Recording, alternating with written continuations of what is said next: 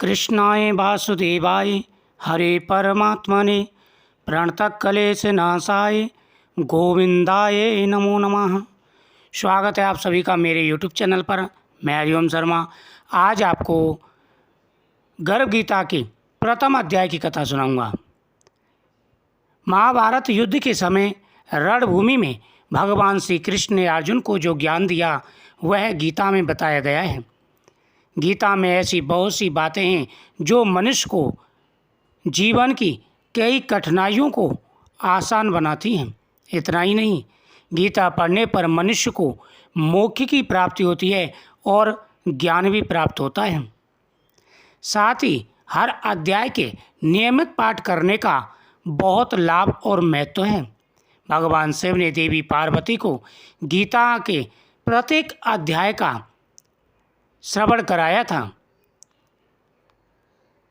एक समय पार्वती जी ने पूछा कि हे महादेव जी, किस ज्ञान के बल पर संसार के सब लोग आपको शिव कहकर पूजते हैं? मृगछाला ओढ़े और अपने सभी अंगों में शमशान की विभूति लगाए, गले में सर्प और नरमुंडों की माला पहने हुए, इसमें तो कोई भी पवित्र नहीं है, फिर आप किस ज्ञान से पवित्र माने जाते हैं?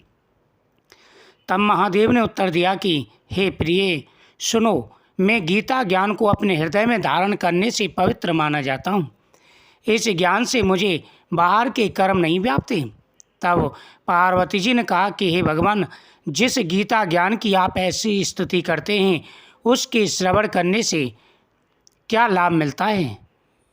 भगवान शिव ने उत्तर देते हुए कहा, इस ज्ञान को सुनकर बहुत से जीव कृतार्थ हुए और आगे भी होते रहेंगे। हे देवी, एक समय पाताल लोक में शेषनाग की सैया पर श्री नारायण जी ने नैन मूंद कर आनंद में मग्न थे। उस वक्त भगवान के चरण दबाते हुए लक्ष्मी जी ने पूछा कि प्रभु, निंद्रा और आलस तो उन पुरुषों को व्यापता है जो जीव तामसी होते हैं, फिर आप तो तीनों गुणों से अतीत हो। आप तो वासुदेव हो। आप जो नेत्र मूंद रहे हो, इससे मुझे बड़ा आश्चर्य हो रहा है। नारायण जी ने उत्तर देते हुए कहा, हे लक्ष्मी, मुझे निंद्रा आलस नहीं व्यापता। एक शब्द रूप जो भागवत गीता है उसमें जो ज्ञान है उसके आकार रूप हैं। यह गीता शब्द रूप अवतार है। इस गीता में यह अंग है। 5 अध्याय मेरे मुख हैं, 10 अध्याय मेरी भुजा है, 16वां अध्याय मेरा हृदय है, मन और मेरा उदर है, 17वां अध्याय मेरी जंघा है, 18वां अध्याय मेरे चरण हैं। गीता श्लोक ही मेरी नाड़ियाँ हैं और जो गीता के अक्षर हैं वो मेरा रोम है। ऐसा मेरा शब्द रूपी जो गीता ज्ञान है उसी के अर्थ में मैं हृदय में विचारता हूँ और बहुत आनंदित होता हूँ। लक्ष्मी जी बोली कि हे नारायण जी, जब श्री गीता जी का इतना ज्ञान है तो उसको सुनकर कोई जीव कृतज्ञ कैसे नहीं होगा? मुझे भी सुनाइए।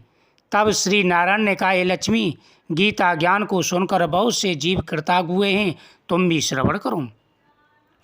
एक व्यक्ति था जो चांडालों के कर्म करता था और तेल नमक का व्यापार करता था।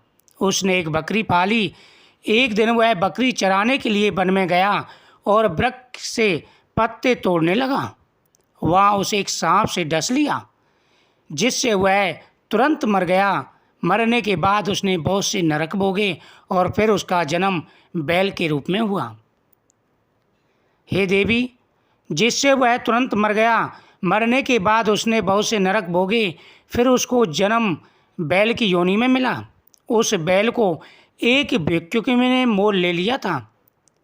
वह भिक्षुक उस पर चढ़कर सारे दिन मांगता फिरे। जो कुछ भिक्षा मांग कर लाता वह उसे अपने परिवार के साथ मिलकर खाता और वो बैल सारी रात द्वार पर खड़ा रहता था।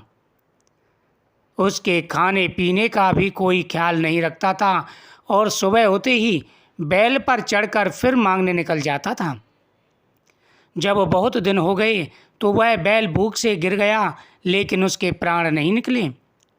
नगर के लोगों ने देखा और उस बैल को कोई तीर्थ का फल दे तो कोई व्रत का फल दे, तब भी उस बैल के प्राण नहीं छूटे। हे देवी, वह इतना पापी था कि उसने अनेकों प्रकार के नरक भोगे। जो व्यक्ति जैसा कर्म करता है उसी प्रकार कर्मों के हिसाब से उसको नरक में डाला जाता है।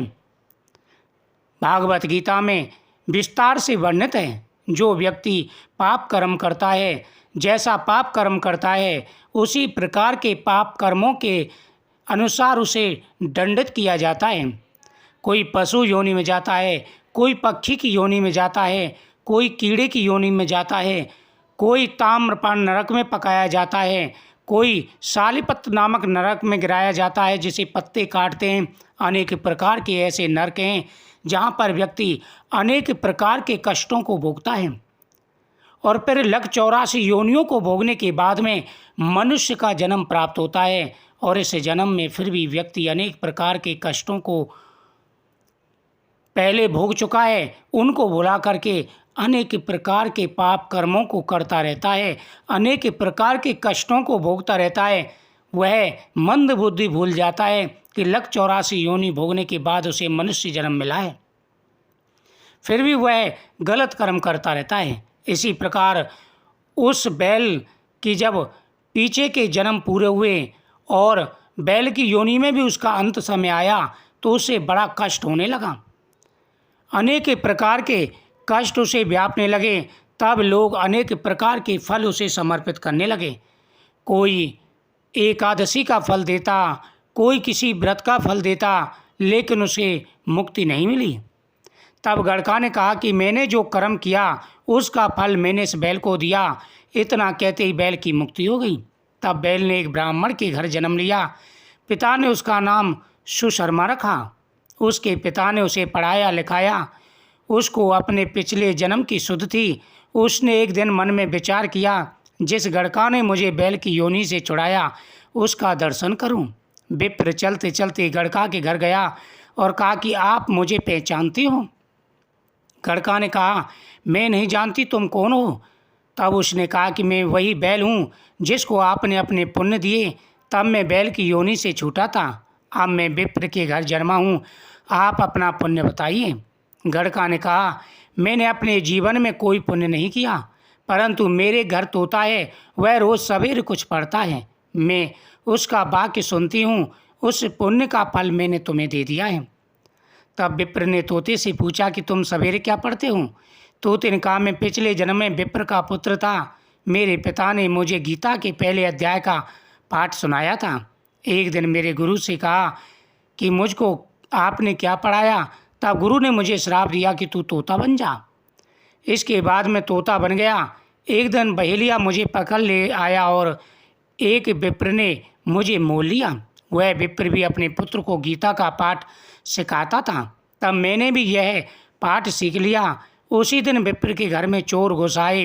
उन्हें धन तो प्राप्त हुआ नहीं, लेकिन वह मेरा पिंजरा उठा लाए। उनकी यह गड़का मित्र थी। वह मुझे उसके पास ले आए। सो मैं नित्य प्रातः गीता जी के पहले अध्याय का पाठ करता हूँ, जैसे ये गड़का सुनती है, पर इस गड़का को समझ में नहीं आता। जो मैं पढ़ता हूँ वही इस गड़का ने तेरे निमित्त दिया, वह श्री गीता जी के पहले अध्याय का फल था। तब विप्र ने कहा कि हे तोते, तू भी विप्र है, मेरे आशीर्वाद से तेरा कल्याण हो। सो हे लक्ष्मी, विप्र के इतना कहते हुए तोता भी मुक्ति को प्राप्त हो गया। तब गड़का ने बुरे कर्म छोड़ भले कर्म ग्रहण किए और नित्य स्नान करके श्री गीता जी के प्रथम अध्याय का पाठ करना शुरू कर दिया, जिससे उसकी भी मुक्ति हो गई। ओम नमो भगवते वासुदेवाय।